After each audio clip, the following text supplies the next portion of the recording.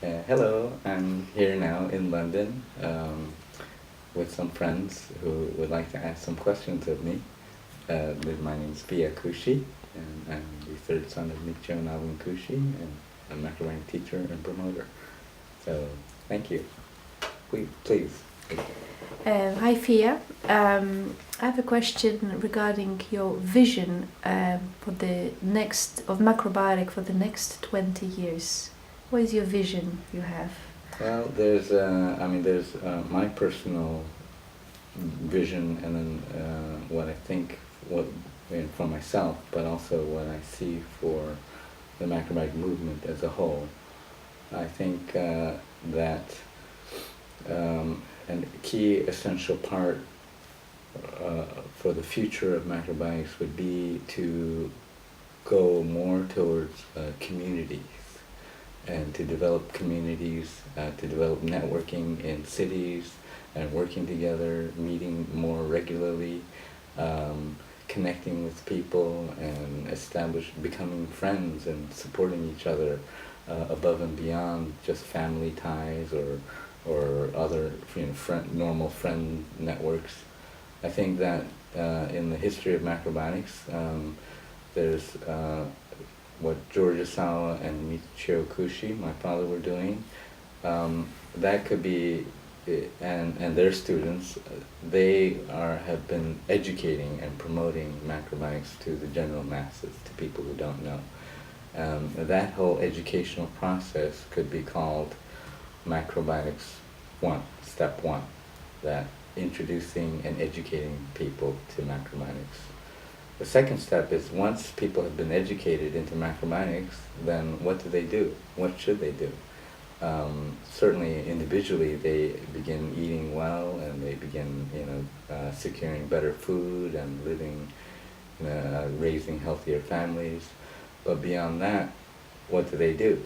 The next step would be what I call Macrobiotics 2, and that is beginning to network and beginning to work together with other people and develop communities, either intentionally communities, like living together and exploring what it means to live macrobiotically, or living in cities and connecting with each other and exploring how to live in a city, in an urban environment, and develop your macrobiotic practice, and learn how to grow food within the cities, and learn how to develop alternative energy, alternative economies, or alternative ways of living.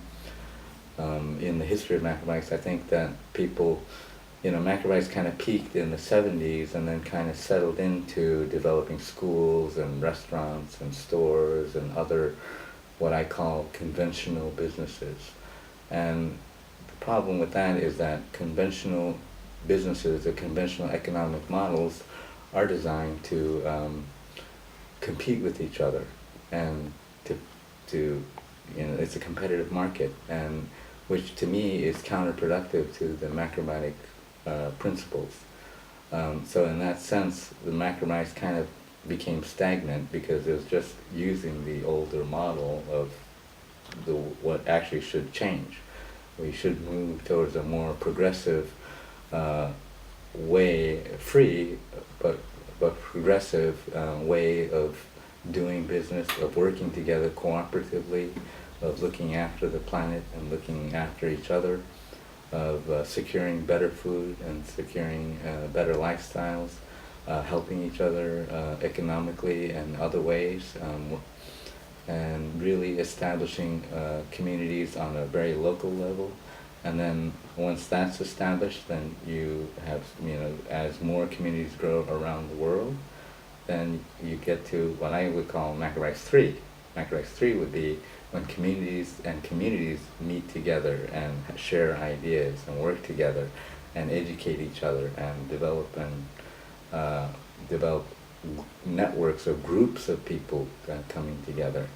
And once that happens, around the planet, you have what my parents' dream has been, which is one peaceful world. So, thank you. Wonderful, thank you. Hi, I'm Claudia, and I want to know how macrobiotics will change my life or the life. Okay.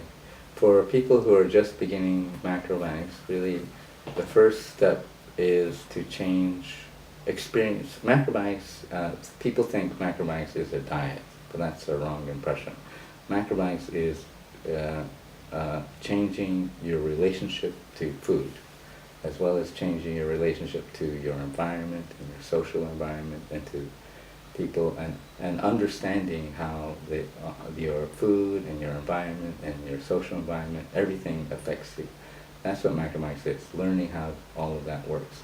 So the first step is to begin to change your eating and experience that and understand how food affects you. So, for example, simply if you eat a standard Western type diet where you eat a lot of meat and a lot of dairy foods and other processed foods, including sugars and so on and so forth, then the first step would be to eat more natural foods. Cut out the meat, cut out the dairy, cut out the sugars, cut out the processed and foods, and eat more foods that are locally grown, eat more grains and vegetables and natural whole foods, and see the difference and see how it changes. Because really macrobiotics is not there's not excluding foods, but it is about how all foods affect you. Then you can go then back to eating meat again and see how that affects you again and see what happens. And once you have this awareness of how powerful food can be in your life, then you can begin to understand how to use it to your benefit to pursue really the real purpose of your life, which is to pursue your dreams. So food is just a tool and a way for us to manifest our dreams, which is our goal, and our play, our freedom. So that's what. So then within that, you also can look at how to change your how your relationships might change, how the world, your society could change, and see a larger picture of how everything affects you.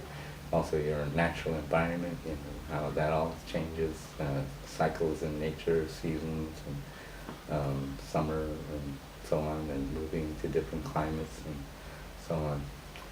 So, thank you. Thank you. Hi. What role would mindfulness play in macrobiotics with relation to preparation and consumption of macrobiotic food? Yes, well, certainly we are all energy. We're comprised of energy. All matter is energy, as Einstein pointed out. So in cooking food or preparing food, in sitting down and eating food, you could eat very chaotically, you can prepare the meals chaotically, and what happens, and if you use ingredients that would have been processed or prepared chaotically, industrialized foods, that energy gets transferred into you as you're eating it, and you become that way. So certainly having a peaceful mind, or picking foods directly from the garden, where it's very peaceful and very natural and calm, and preparing it with a very peaceful mind, and and sitting down and eating and being very attentive to the food and chewing that very well.